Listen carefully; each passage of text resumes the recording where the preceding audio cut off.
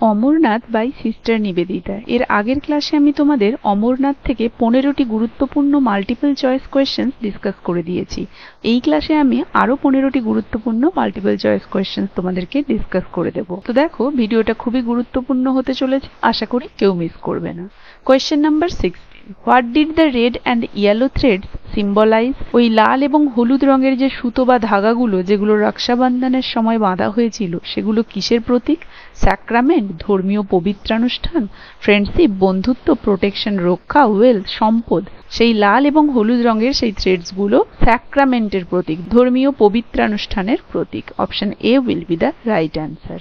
Next, who first discovered the cave of Amarnath? কে প্রথম অমরনাথের ওই গুহা আবিষ্কার করেছিলেন? আ মঙ্ক, একজন সন্ন্যাসী।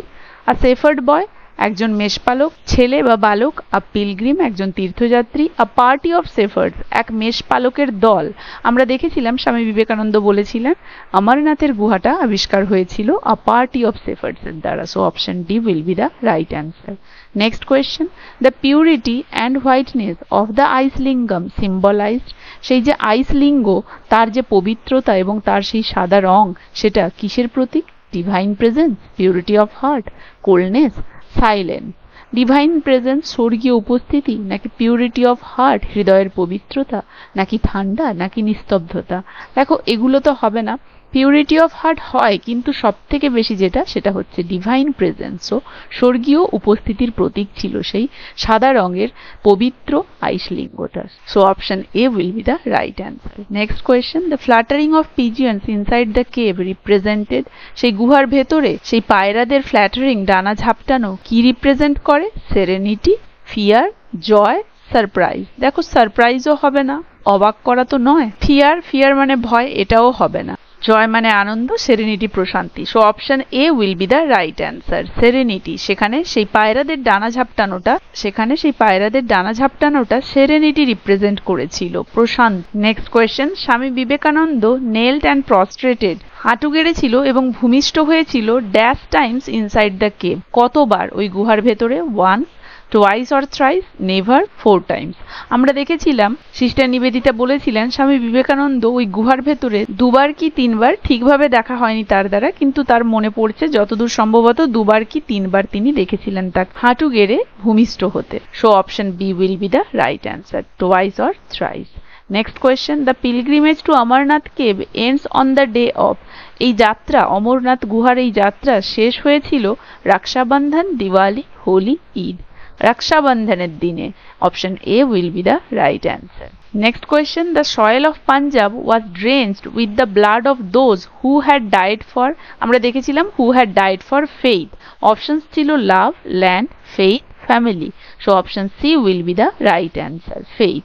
Next question, the pilgrims would leave the field before dash? সেই তীর্থযাত্রীরা কি হওয়ার আগেই সেখান ছেড়ে চলে গিয়েছিল? সানরাইজ, সানসেট, নুন, ডন। আমরা দেখেছিলাম টেক্সটে ছিল the pilgrims would leave the field before dawn. Option D will be the right answer. Next question, the number of people who would encamp in a field was? একটি মাঠের মধ্যে কতজন মানুষ তাঁবু গেড়েছিল ওখানে? 1000, 2000, 3000, 2 or 3000। আমরা দেখেছিলাম টেক্সটে সঠিকভাবে মেনশন করা ছিল না, বলা ছিল 2 or 3000। Option D will be the right answer. Next, the pilgrims carried a dash with them? সেই তীর্থযাত্রীরা তাদের সাথে কি বহন করে নিয়ে যাচ্ছিল? বাজার, টেন্ট, গাইডবুক, ম্যাপ। অবশ্যই বাজার। আমরা দেখেছিলাম তারা একটি আস্ত বাজার যেন তাদের সাথে বহন করে নিয়ে যাচ্ছে যেখানেই যাচ্ছে, এবং যেখানেই তারা তাঁবু খাটাচ্ছে সেখানেই সেই বাজারটি তারা গড়ে তুলছে কেনাকাটির জন্য। So option A will be the right answer. Next question, the talk of the monks had been all of dash? সেই সন্ন্যাসীদের সব কথাই ছিল কি সম্বন্ধে? Shiva, Vishnu, Krishna, Buddha. Shiva. Option A will be the right answer. Next question, sister Nivedita associate করেছিলেন the Himalayas, হিমালয়কে, with which of the following? এগুলোর কোনটার সাথে? পলিটিক্যাল আনরেস্ট, রাজনৈতিক অশান্তি, ইটার্নাল স্পিরিচুয়ালিটি অ্যান্ড ডিভাইন, চিরন্তন আধ্যাত্মিকতা এবং স্বর্গীয়তা, ইকোনমিক প্রসপেরিটি, অর্থনৈতিক সমৃদ্ধি, আর্কিটেকচারাল গ্র্যান্ডিওর, স্থাপত্য মহানুভবতা। Obviously option B will be the right answer, eternal spirituality and divinity. এর সাথেই তিনি ওই হিমালয়ান সাইডকে একত্রিত করেছিলেন।